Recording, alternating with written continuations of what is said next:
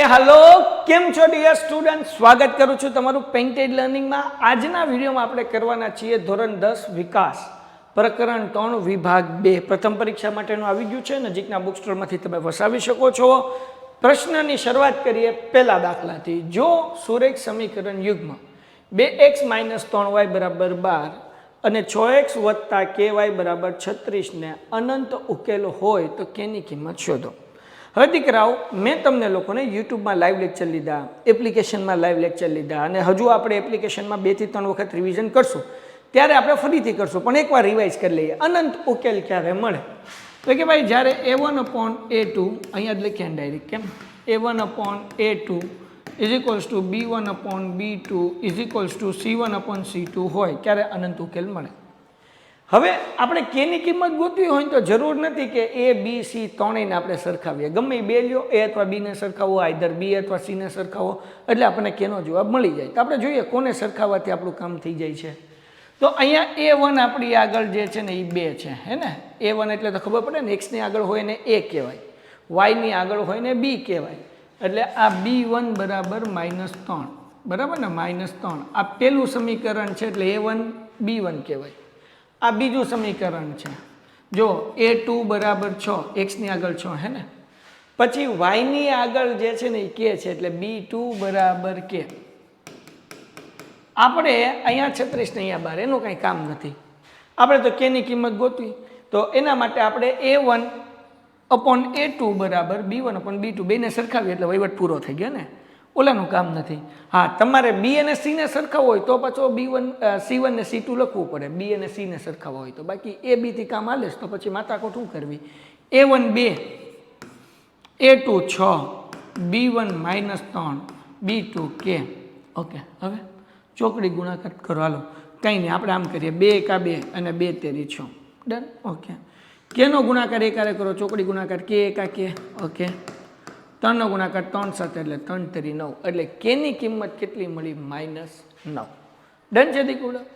Next question તરફ આગળ વધીએ એ પહેલાં પેન્ટેડ સાથી તમે પેન્ટેડ એપ્લિકેશન ડાઉનલોડ કરશો એટલે વિકાસના દરેક વિષયનું સોલ્યુશન ધીરે ધીરે ત્યાં અપલોડ થવાનું શરૂ થઈ જશે, સાથે તમને ત્યાં જોવાવાળી પીડીએફ પણ મળી જશે કે જેથી કરીને તમે એક્ઝામમાં સરસ મજાની તૈયારી કરી શકો। તો પેન્ટેડ એપ્લિકેશન હમણાં જ ડાઉનલોડ કરો, લિંક નીચે ડિસ્ક્રિપ્શનમાં આપેલી છે। તમે પેન્ટેડ સાથીમાં જાશો, ધોરણ 10માં જાશો, જેમ અહીંયા ધોરણ 9 છે એમ ધોરણ 10નું પેજ ખુલશે, અહીંયા સ્વાધ્યાયનું સોલ્યુશન હશે, વિકાસનું સોલ્યુશન હશે, એટલે એમાં જાશો તો આ વિભાગ બીના વિડીયો એની અરોર આ પીડીએફ પણ તમને મળી જશે અને જેમ વિડીયો અપલોડ થતા હશે એમ એમાં મુકાતા જશે અને અમારો પ્રયત્ન બધા વિષય મૂકવાનો છે અને બધા વિષય ધીરે ધીરે આવવા પણ લાગશે। હાલો આગળ જઈએ। જો સુરેખ સમીકરણ યુગ્મ x - 4y = 10 અને 3x + ky = 20 ને અનન્ય ઉકેલ હોય તો કેની કઈ કિંમત શરતનું પાલન કરે છે। તો હવે સમજો, અનન્ય ઉકેલ હોય તો પહેલાં તો આપણને એ ખબર હોવી જોઈએ ને કે અનન્ય ઉકેલ ક્યારે હોય। તો આપણને એ ખબર છે કે a1/a2 does not equal to b1/b2 આ મૂકવાનું, આ અનન્ય ઉકેલની શરત છે, હે ને। ઓલું અનંત હતું, અનંતમાં ત્રણેય બરાબર હોય, a1/a2 = b1/b2 = c1/c2। ઓકે, અનન્ય ઉકેલ એટલે માત્ર એક ઉકેલ, એવું મેં તમને શીખવાડ્યું છે ને। વન શોટના વિડીયો જોશો અથવા તો હું યુટ્યુબમાં હમણાં ફર્સ્ટ એક્ઝામ્પલ આવી તે આગાહીની સંકટ સમયની સાંકળ આઈએમપી પ્રશ્ન આવશે, ગણિત વિજ્ઞાન સમાજ ઇંગ્લિશ અમારી આખી ટીમના, એટલે તમને બધું ત્યારે ફરીથી એક વખત તમને સમજાશે। અને વહેલા જો તમે બધું રિવાઇઝ કરીને સારા માર્ક્સ લાવવા માંગતા હોય તો પેન્ટેડ ડાઉનલોડ કરી નાખો।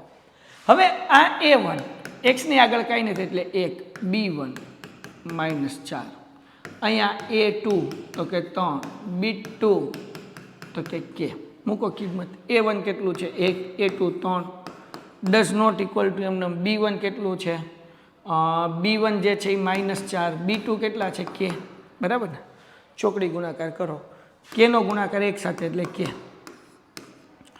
ડઝ નોટ ઇક્વલ ટુ 3 × 4 = 12 પણ કેવા માઇનસ, હે ને। તો હવે કઈ શરતનું પાલન કરે તો કે ડઝ નોટ ઇક્વલ ટુ -12 એટલે કેની કિંમત ક્યારેય -12 હશે નહીં। હવે આપણે એના પછીનો પ્રશ્ન કરવા જઈએ। પ્રશ્ન નંબર 3, નીચેના સુરેખ સમીકરણ સુસંગત છે કે નથી તે a1/a2 b1/b2 c1/c2 ની કિંમત પરથી નક્કી કરો અને વળી તે સમીકરણ દર્શાવતી રેખાના પ્રકાર જણાવો. તો થોડુંક રિવાઇઝ કરી લઈએ. A1/A2 does not equal two B1/B2. તો કેવી રેખા મળે? છેદતી રેખા મળે બેટા. કેવી મળે? છેદતી રેખા મળે. અને આને અનન્ય ઉકેલ મળે. હમણાં જ આપણે જોયું અનન્ય ઉકેલ એટલે માત્ર એક ઉકેલ. અનન્ય ઉકેલ એટલે શું થાય? માત્ર એક ઉકેલ. હે ને? આ તમને બધું હું ચોખવટથી લખી દઉં એટલે વાંધો ન આવે. હવે આગળ બીજું છે બેટા A1/A2 is equals to B1/B2 is equals two C1/C2. તો સંપાતી રેખા મળે. હાલો ડન છે. અને આને જે છે ને અનંત ઉકેલ મળે. પછી A1/A2 is equals to B1/B2 does not equal to C1/C2. તને કેવા ઉકેલ મળશે? તો કે આને સમાંતર રેખા મળશે. ઉકેલ આપણે જોઈએ પછી. સમાંતર રેખા મળશે. અને આને ઉકેલ શક્ય નથી, જવાબ જ ન આવે. બરાબર. હવે કયા સુસંગત છે ને કયા સુસંગત નથી? તો આ પહેલા બે જે છે ને એ સુસંગત છે અને આવડું આવે તો સુસંગત નથી. ઓકે હાલો હવે આપણે જોઈએ.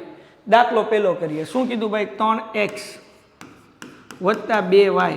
આ 5 પ્લસ છે બરાબર ને આ બાજુ આવે તો -5 ઇઝ ઇક્વલ્સ ટુ 0. આ સમીકરણ 1 એટલે A1 બરાબર 3, B1 બરાબર 2 અને C1 બરાબર -5. બીજું સમીકરણ 2x ઓછા 3y. 7 પ્લસ છે આ બાજુ આવે એટલે માઇનસ થાય ઇઝ ઇક્વલ્સ ટુ 0. આ થઈ ગયું સમીકરણ 2. હવે A2, B2 અને C2 ગોતવાનું.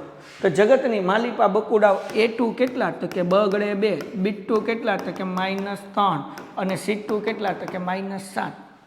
તો કવિ એવું કહેવા માંગે છે કે તમારે ગોતવાનું A1/A2. A1 કેટલા? 3 ને A2 કેટલા? 2. B1/B2 હે ને? B1 2 અને B2 -3. તો આ બેન જવાબ સરખો આવ્યો? તો કે સાહેબ બેન જવાબ અલગ અલગ આવ્યો. તો આપણે લખવાનું A1/A2 does not equal two B1/B2. તેથી કેવી રેખા મળે? પહેલાં તો લખવાનું તેથી સુસંગત છે. સુસંગત છે. અને કેવી રેખા મળે? છેદતી રેખા મળે. બસ આ દાખલો આપણે કરવાનો છે. હવે પહેલા બે હરખા નથી.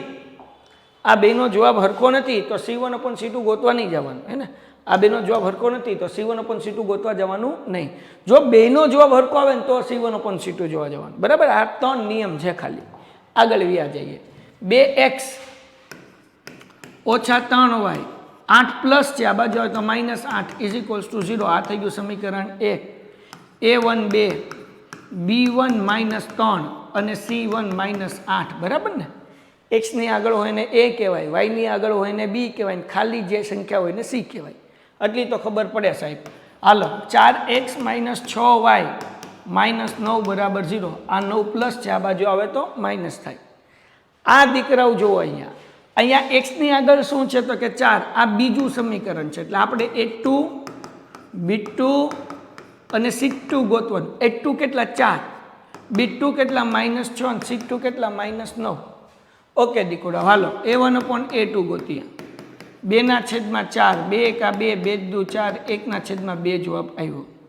B1/B2 B1 -3 ને B2 -6 માઇનસ ઉડ્યા 3 1 3 ને 3 2 6 એટલે 1/2. C1/C2 C1 કેટલા? -8 C2 કેટલા? -9. આ છે માઇનસ ઉડ્યા એટલે 8/9. તો પહેલા બેનો જવાબ સરખો છે પણ ડોહો ત્રીજો અલગ છે તો આપણે લખવાનું. શું લખવાનું? તો કે A1/A2 is equals to B1/B2 પણ ડઝ નોટ ઇક્વલ ટુ બરાબર નથી C1/C2. તો સુસંગત નથી. મેં તમને કીધું ને આવું હોય તો સુસંગત નથી. તો અહીંયા લખવાનું તેથી સુસંગત નથી. અને કેવી રેખા મળે? તો કે સમાંતર રેખા મળે. કેવી મળે? સમાંતર રેખા મળે. ડન છે દીકુડા? ત્રીજો પ્રશ્ન આપણે કરીએ. એ પહેલાં પેન્ટેડ ખાસ ડાઉનલોડ કરો ને 72% લોકો એવા છે જે ખાલી વિડીયો જોવે છે, ચેનલ સબસ્ક્રાઈબ નથી કરતા. એક વખત વિડીયો જોઈને વ્યા જાય એવું નહીં. વારા ઘડીએ વિડીયો જોવે છે, રિપીટિંગ વિડીયો જોવે છે પણ ચેનલ સબસ્ક્રાઈબ નથી કરતા. દીકરાઓ અમે તમારી માટે રાત દિવસ મહેનત કરવા તૈયાર છીએ. તમારે ખાલી ચેનલ સબસ્ક્રાઈબ કરવાની છે જે બિલકુલ તમારા માટે ફ્રી છે બેટા. તો ચેનલ સબસ્ક્રાઈબ કરો કે જેથી કરીને આપણે 2 લાખથી વધીને પહેલી એક્ઝામ પહેલાં જ આપણે 5 લાખ પાર પહોંચ્યા. કમ્પલસરી હરેક મારા ભાઈને અને હરેક મારી નાની બેનને ચેનલ સબસ્ક્રાઈબ કરવાની છે. તમારા ઘરમાં જેટલા મોબાઈલ હોય તમારા મિત્રોને લિંક શેર કરો અને એમને ત્યાં પકડીને ચેનલ સબસ્ક્રાઈબ કરાવડાવો. મેં તમારા માટે જો બેટા પેન્ટેડ સાથીમાં ફ્રી તમને બધું વિકાસ કરાવી દીધું. સાથે એની પીડીએફ હું મુકાઈ દઉં છું. આ તમે ધોરણ 10 ખોલશો ને એમાં પીડીએફ તમને મળી જશે ને બધા વિષયની મળી જશે. હું કરીશ તમારા માટે મહેનત. તમારે ખાલી ચેનલ સબસ્ક્રાઈબ કરવાની છે. ચલો આગળ. એના પછી દીકોડાઓ.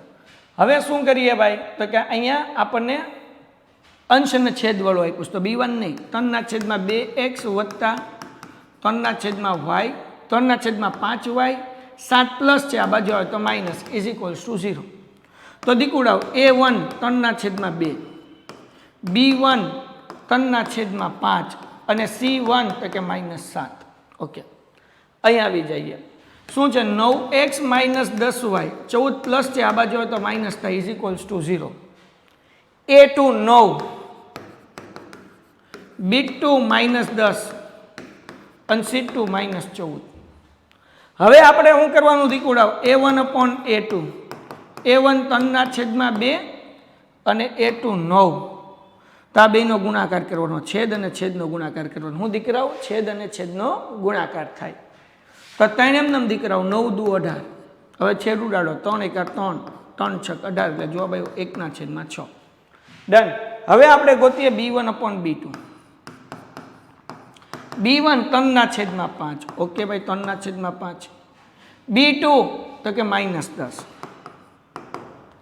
આ માઇનસ એમનમ તગડો એમનમ છેદ અને છેદનો ગુણાકાર 5×50 હે ને. તો આ એમનમ રાખીએ. ચલો -3/50. આ બેનો જવાબ સરખો છે અલગ અલગ છે ને. તો આપણે શું લખવાનું a1/a2 does not equal to b1/b2. તેથી શું સંગત છે અને કેવી રેખા મળે? છેદતી રેખા મળે. બરાબર ને છેદતી રેખા મળે. લ્યો ભાઈ વાર્તા થઈ ગઈ પૂરી. ઓકે ડન છે.